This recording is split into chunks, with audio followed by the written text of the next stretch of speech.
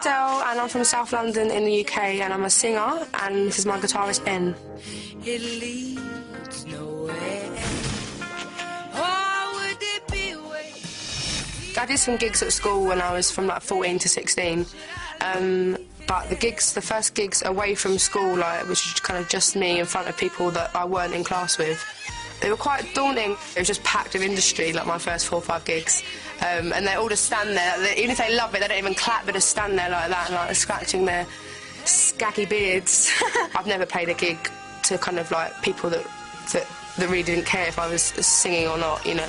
People who had their back to me at the bar. I've never had to do a gig like that, luckily. Usually you do, so I'm very grateful that I never had to do that. You step, stop, and then I never give in. Paul McCartney's my favourite Beatle, and he's a Beatle anyway, let alone even if I hated the Beatles, he's a Beatle.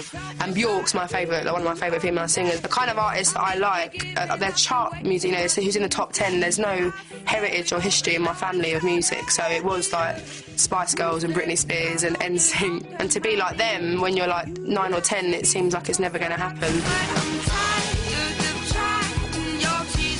The Brit School is very laid back, and it's people who really want to do it. Amy Winehouse, Kate Nash, a band called The Feeling, The Kooks, Katie Melua, Leona Lewis. Lots of people have gone there. The teachers are great, and waking up and going to school every day with a bunch of kids that all want to like do something productive is an amazing feeling. I like to hear the words go out of your mouth. Doesn't come that easy, actually. I can write in bursts, and something has to really affect me in order for me to write about it, and I have to believe myself when I'm singing or when I'm writing words, and it's usually heartbreak that helps me write. I used to impersonate other people, like Etta James is my favourite singer, and Roberta Flack and Ella Fitzgerald and Jill Scott and Mary J. Blige. And I wrote my first song when I was 16, and I noticed how my own voice kind of came in, and I started thinking about the song and not just singing the song.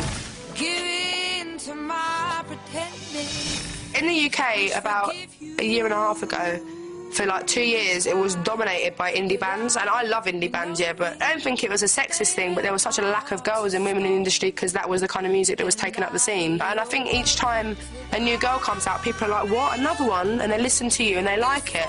And I just think there's room for us at the moment, and I think that we all represent something that hasn't been represented for ages. You know, we're not kind of tacky, tango, brown, white teeth, blonde hair, big boob, small feet women.